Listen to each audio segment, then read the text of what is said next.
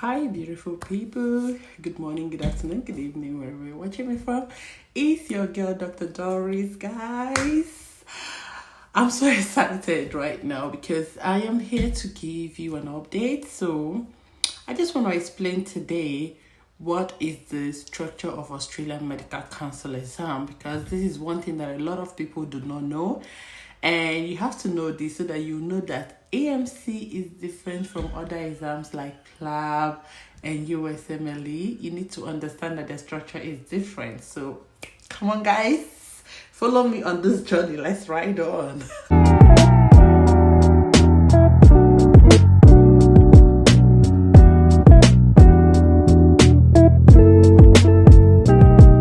Ah, okay, guys, I'm going to be explaining to you today the structure of Australian Medical Council exam. What do I mean by structure? I mean the grading pattern, how the exams are being scored, how many questions you have, how many hours you have for the exam.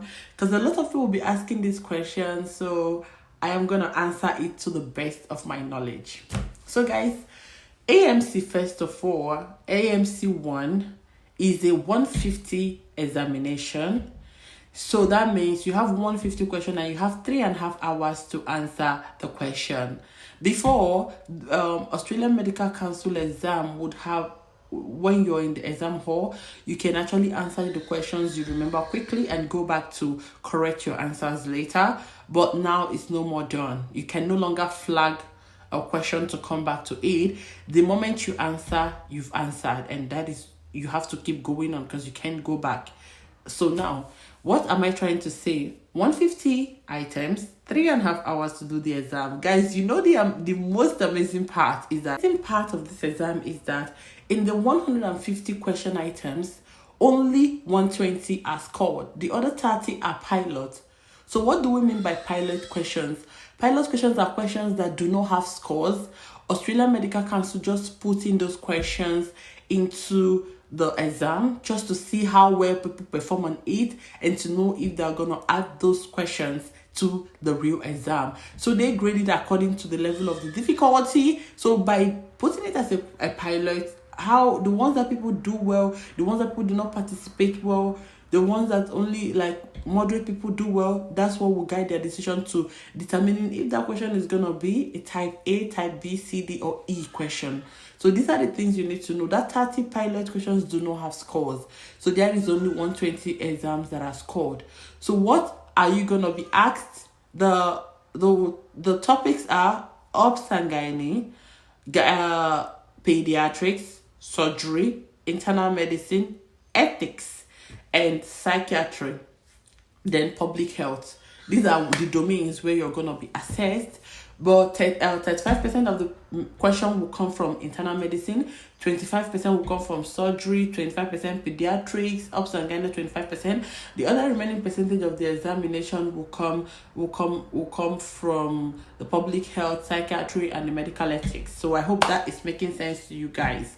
And in each of them, there is pilot. So you don't even know which one is pilot because they will not write, oh, this is a pilot question. No, you don't know which one is pilot. All the question just comes and you have to keep on answering.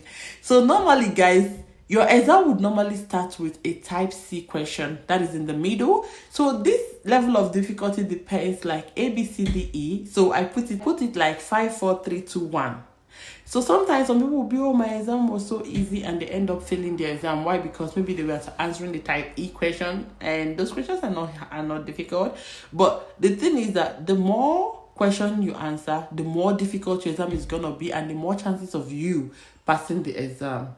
So let's say you were started with a type C question and you got it correct. The next question will be more difficult because it's going to be type B. You get it correct, the more question will be more difficult because it's going to be type A.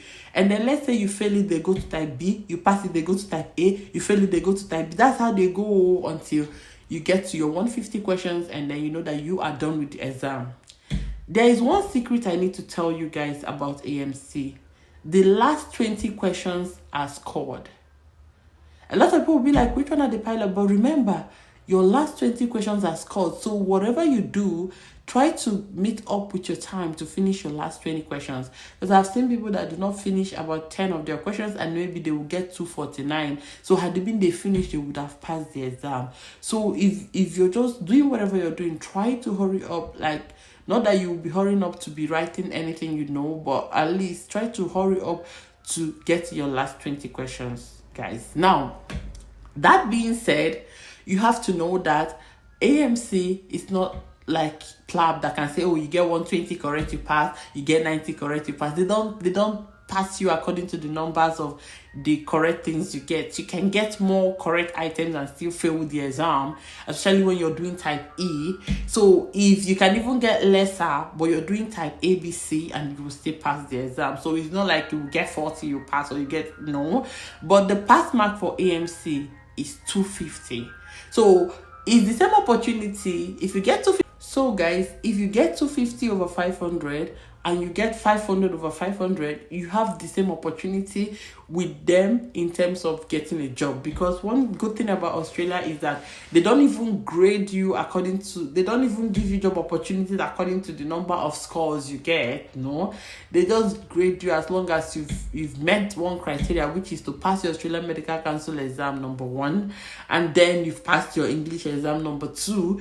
They don't even want to know if you got 500 over 500, or maybe your PTE you get 90 over 90. That one is not their business. So the only thing they want to know is that you have checked the boxes that qualifies you to be able to get your APRA registration, your limited APRA registration. So this is one thing that you have to know about AMC. So guys, normally I will advise some people that if they want to do their exam, they should take a mock. Take a free mock, this, like, let's say Amides free mock, or even M+ free mock, just to prepare you for the 3.5 hours, the actual exam, to tell you this is how you're gonna feel on the exam day, to know how quick you can finish your question. I've also made loads of other videos about AMC, what pathway to follow afterwards. So guys, please just check that on the playlist and you will see lots of videos that I have made, and try to watch it. Please also, guys, remember to subscribe. Thank you so much for being here. You are amazing and I appreciate your presence, and I will see you in my next video. Bye.